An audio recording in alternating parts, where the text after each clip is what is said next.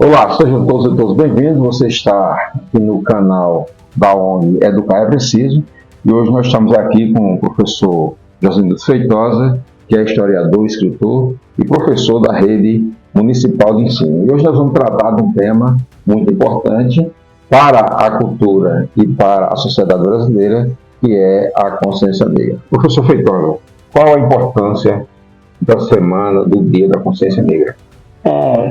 Bom dia, Edson, bom dia aí a todos os ouvintes, internautas, né? E colocar, é o segundo ano que nós estamos com o feriado nacional, né? Assim como o 7 de setembro, assim como o 15 de novembro, assim como o dia 21 de abril, que é feriado nacional no calendário do país. Agora também nós chamamos dia 20 de novembro. O que é destaque nisso é que todos esses heróis que lembraram do dia 7, do dia 15, do dia 21, somos brancos. Então você tinha um calendário do país baseado em feriado religioso, é mantido ainda, né? E feriado de homens brancos que fizeram um marco na história do Brasil. Você não tinha, numa sociedade que tem hoje 52% de pardos e negros, né? Você não tem um herói negro, você tem uns heróis brancos para homenagear, né? Mas isso nós lutamos há bastante tempo, desde 1971, mais ou menos, quando foi construído o movimento negro unificado, assim, como proposta, como reivindicação, e o movimento negro reivindica de uma data para um herói negro e homenageia esse povo que foi durante séculos escravizado, né? Então, quando a gente fala de consciência negra, a gente fala de consciência negra de um continente, né, de uma população que foi trazida enjaulada, em jaulas, capturada em rede, algemada à força da sua terra para a América, né? Para fazer aqui a produção agrícola através da cana-de-açúcar e para fazer a extração de ouro nas minas para a colonização espanhola. Então, nada mais do que você homenagear um herói que passou mais de uma década, né, atacando à noite as fazendas, os engenhos, para libertar escravizado, para libertar o negro, para levar para um local que seria uma vida melhor, uma vida que você teria condição de ter acesso à sua produção, que você tenha acesso a comercializar aquilo que você produzia, que era no quilombo, né? No quilombo tinha essa produção igualitária lá para todo mundo, uma vivência sem corrente, uma vivência sem jaula, uma vivência sem açoite, uma vivência sem castigo. Então isso tinha no quilombo que tinha exatamente lá em redor da Casa Grande. Então, era homenagear esse guerreiro que incomodou outros guerreiros, e ao lado, lógico, de uma grande guerreira que foi Dandara também, era uma grande Era isso que eu ia trazer, professor, nesse momento que eu queria que você falasse um pouco também, trouxesse para nós aqui, a importância, né, da participação da mulher nessa luta.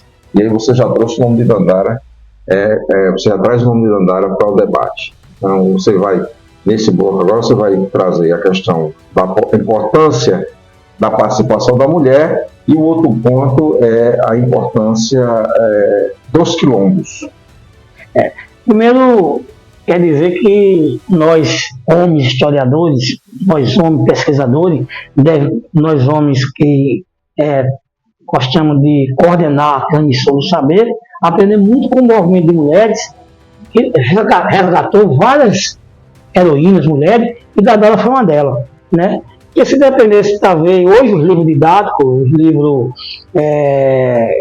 tanto do ensino médio como do ensino fundamental, traz a figura de Dandara com essa importância, que não só estava ao lado de Zumbi, mas estava organizando o quilombo, estava lutando, né? Era uma mulher guerreira, lutava com lança, lutava com arco, lutava com as mãos, com a arte marcial da capoeira, né?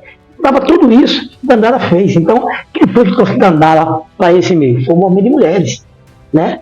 Que levou para o meio do movimento tanto do povo negro como para dentro da universidade. Porque se não fosse esse movimento de mulheres, você teria aí também uma sociedade construída só por homens, como foi construído o 7 de setembro, como foi construído o 21 de abril, como foi construído o 15 de novembro. Parece que não tem mulher. Qual o nome de uma mulher que estava nesse momento?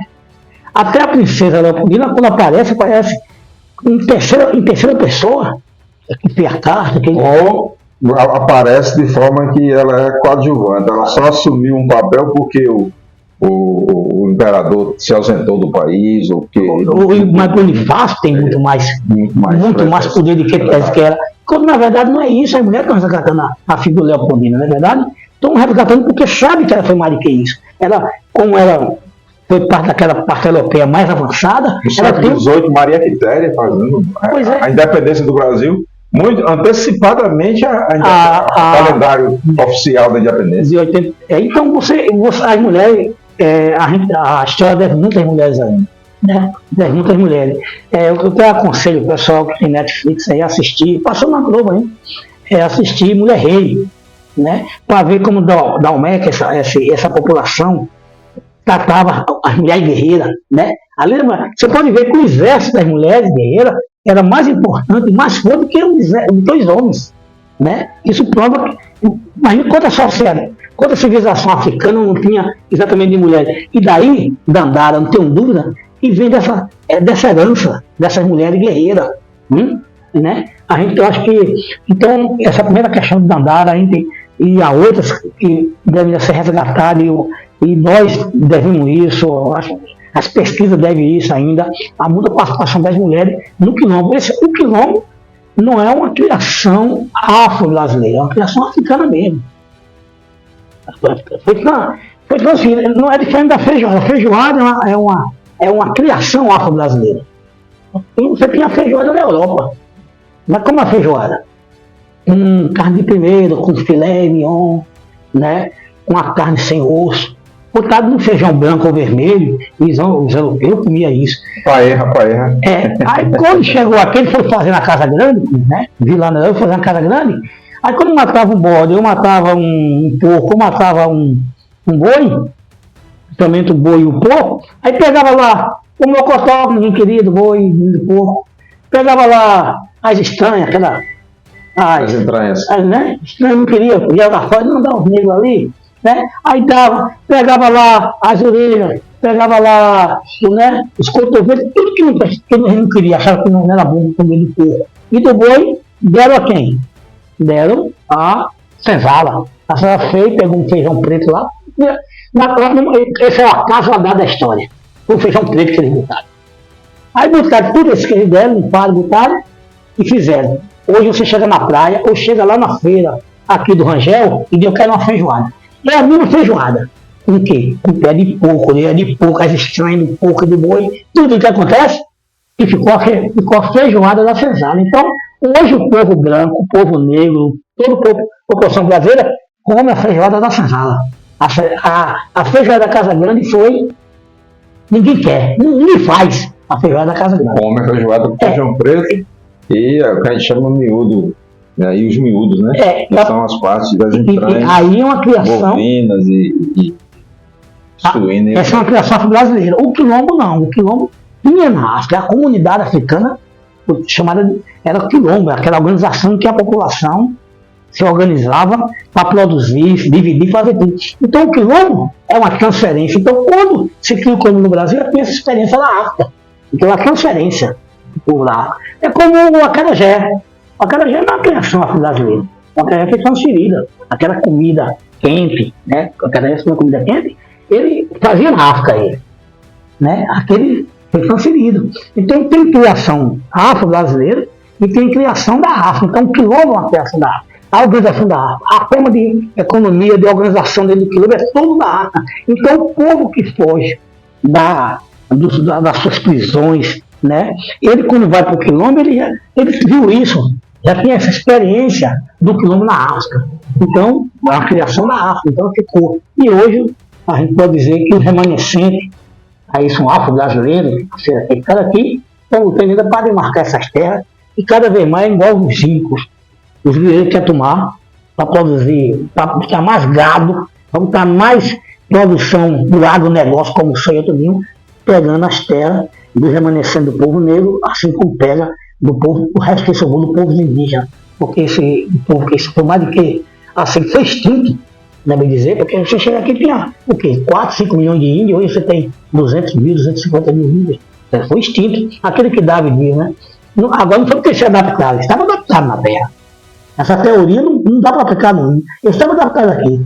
Eles não reproduziram por quê? Porque foram exterminados, foram extintos a partir da bala, da força. Então, não foi porque não foi adaptado, eles se reproduziram. Isso podia se dizer.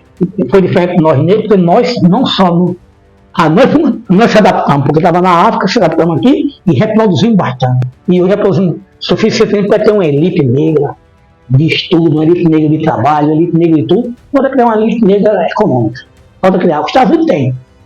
Pequena, mas tem. A gente precisa criar uma elite negra. Quando criar uma elite negra, uma elite que seja, o negro seja rico e assuma que é negro. Né? Como Obama assume nos Estados Unidos. Ele é ligado ao poço de petróleo. É uma elite negra, mas assume que é negra. Aqui você teve, Deus tenha lá marcado Pelé, sou negro, mas nunca dizia, eu sou negro. Né? Nunca você não está dizendo nosso povo, nossa etnia, nunca disse isso. Então, era uma elite, era da elite, mas não era uma elite negra, não formou uma elite negra ainda, de ricos negros, mas que formou na classe intelectual. Lázaro Ramos, Thaís Araújo, não só participa do movimento, mas assume, faz produção do povo negro. Não é isso? Professor Feitosa, a ONG Educar Precisa agradece aqui pela sua contribuição, pelos seus esclarecimentos, né? Trazendo aqui para nós conhecimento, dividindo conosco o seu conhecimento de pesquisa, de sala de aula, né? E todos que estão aqui, estão nos acompanhando e que vão nos acompanhar a partir do vídeo que vai ficar no nosso canal, né? Se ainda não são inscritos, se inscrevam. Deixa aqui, aqui nos comentários a sua interação, a sua participação e sugestão de pauta para que a gente possa estar contribuindo com o processo educativo aqui na Paraíba, uma pessoa no Brasil, enfim. A internet é um território que alcança muitos lugares. Muito obrigado e até o nosso próximo encontro. Valeu.